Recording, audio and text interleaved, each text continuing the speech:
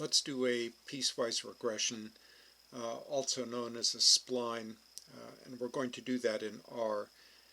The data that I'm going to use are Dow Jones Industrial Average closes from inauguration day for George W. Bush through inauguration day for Donald J. Trump. So this will include data then for the Dow Jones under the Bush administration and under the Obama administration. So we're going to treat this as a simple linear regression, and there are clearly problems with that because the data are autocorrelated. For the moment, we're going to ignore that and deal with that at a later date. All I want to do now is get across the idea of a spline. So we're asking the question, was there a difference in the change of the Dow when we made the transition from George W. Bush to President Obama?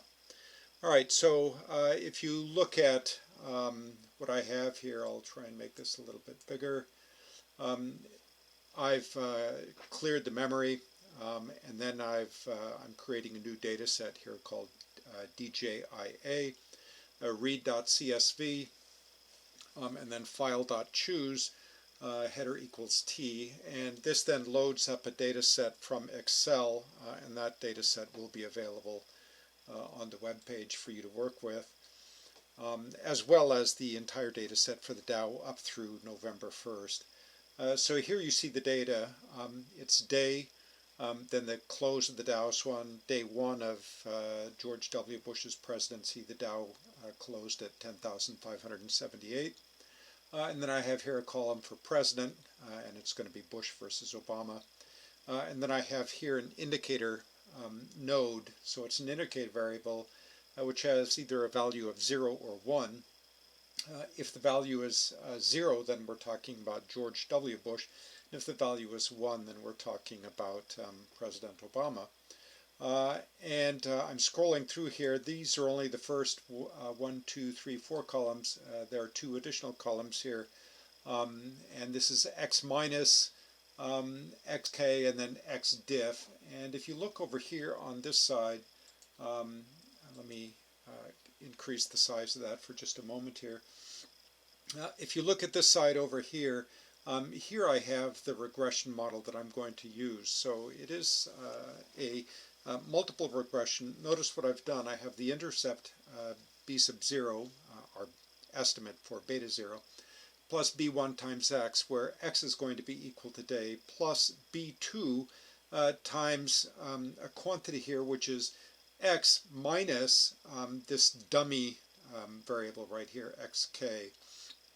That's not x raised to the k power. I have the k in parentheses to indicate that this is referred to as either a knot or a node. Okay, so my xk, over here I have the symbol such that, so the backwards e indicates such that. X paren k is equal to my node value. My node value is, I've forgotten what it is now. I think it's approximately 4,000 or something like that. So that was the number of days into the presidency that it switched from George W. Bush to Obama. So notice what I do here: x minus that node value, and then I'm multiplying that times x sub k. And x sub k then is my node. So essentially what I'm doing is I'm creating 2 separate regression lines, and I'm doing that with an indicator variable. So here's my indicator variable. X sub k is equal to 0. If my node value is, if my day value is less than the node value, and it's going to be equal to 1 if my day value is greater than the node value. So there's my indicator variable. So in other words, if I'm talking about President Bush's administration, my node value here is going to be equal to 0, so this entire term drops out and doesn't occur in the regression model. So under those circumstances, we're making one linear regression for the Bush administration, and that'll be b0 plus b1 times x. And then if this is equal to 1, then I have 1 times all of this, and that then gives me a second regression line. with a different slope here. My slope is now going to be B1 plus B2, with a second slope for the Obama administration. So if this variable x sub k here turns out to be significant, then I know that I have a significant difference in the slopes for Bush versus Obama. And I will make this file here available on the web page so that it'll be a little bit easier to interpret, and this includes all of the data. Now the interesting thing is, because of limitations in R, it's cutting off, it's not printing out the last columns of data, or the last rows of data, but you'll have that in the Excel file. Very good. Let me put that back where it was, and let me go back to this graph over here, and let's go through some of those commands. Okay, so I think what I'm going to do is just make that bigger there. There we go. All right, now you can see a little bit better what's going on. All right, so let's go now to these to the commands that I'm using. I'm going to attach the data file, and I'm calling the data file DJIA, so that's Dow Jones Industrial Average. I do the initial plot of the data and go back and show you what that looks like. Great, perfect. There we go. All right, so there you can see what the data look like initially. Now you can see what this graph looks like. Okay, so that's simply the linear regression of, or a plot of, let's ignore that red line for the moment. This is simply a plot of the Dow Jones Industrial Average close. And this first segment right here up to about this point is the Bush administration, and then the subsequent part here is the Obama administration. And you have to recall that clearly one of the events that took place right after the start of the Bush administration was 9/11. So much of the turbulence that you see here in the market is a consequence of that singular event. So at any rate, we've attached Dow Jones Industrial Average. We've created the plot. So Dow is a function of day, and X label equals day, Y label equals Dow close.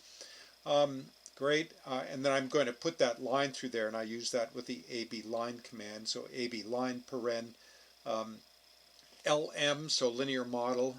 Dow is a function of day, and the color for the line is going to be red.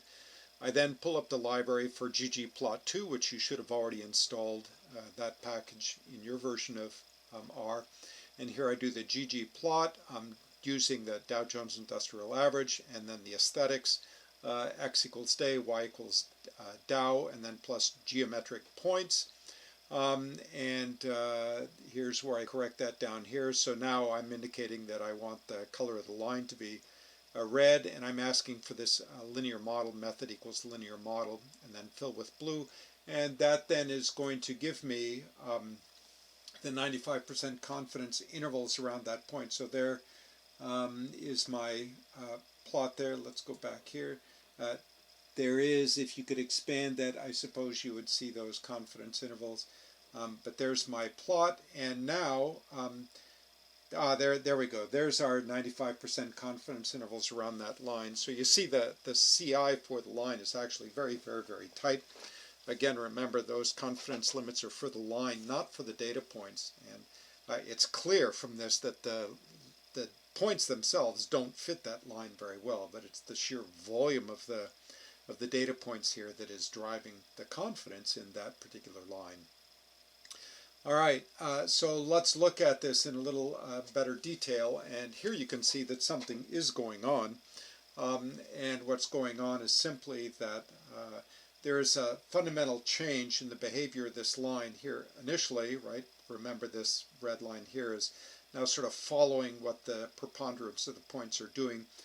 There's a regression line, that dotted line going right horizontally across the middle at 0, so everything else here is a residual, and this red line here now is our plot, is basically the sort of guessing where the best line would be going through those points.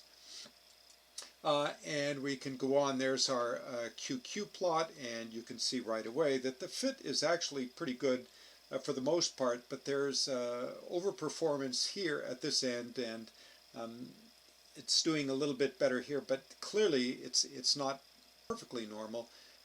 We're not going to worry about that now. And then here are these other sort of avenues of fitting all of that. Okay. All right, so let's now go down here a little bit. And what I'm doing now is I'm defining the Dow Jones Industrial Average model. I'm assigning to that the linear model. Dow is a function of day plus x diff. So I've defined my x diff as the this node value, the indicator for the node, times the that column that is in the Excel file. And that's labeled in the Excel file. So that's where the spline is actually taking place. And then I ask it to print those values out. So DJA model, right? And here you can see what the slope for that is. There's my intercept. Here's the slope for day. And then here's the slope for x difference. Of course, we don't know whether that's significant, but overall, basically what the Dow Jones is doing from Bush through the end of Obama is packing on about 20 cents a day. Okay. All right. So now, here I can get those coefficients and so on. Here I'm asking for the summary of the Dow Jones Industrial Average Model, and it's giving me my standard error estimates and then the probability doing the t-test for the significance of those coefficients. Right, and I can get a better view of what's going on there if I look down here, if I call up ANOVA for Dow Jones Industrial Average Model, and there you get the actual ANOVA table, right? So, and that looks pretty good. And what you'll notice here is that there is a positive effect for day, right? So there's the slope of our model for the Bush administration, and then here's the slope of the model under the Obama administration. And what you'll notice is that under the Bush administration, the Dow Jones was increasing in value, but clearly under the Obama administration, it was performing at about twice that rate. So it did significantly better under Obama than it did under Bush.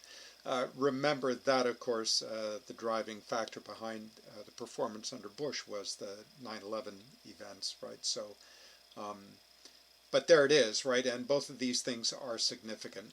So that's a linear regression with a spline, and you can use it under all sorts of circumstances. And clearly what we've discovered here, because that spline is significant, we know that there was a significant difference in the performance of the Dow under those two administrations. We'll be improving on this another time when we're doing autoregression to try and remove the autocorrelations from one day to the next.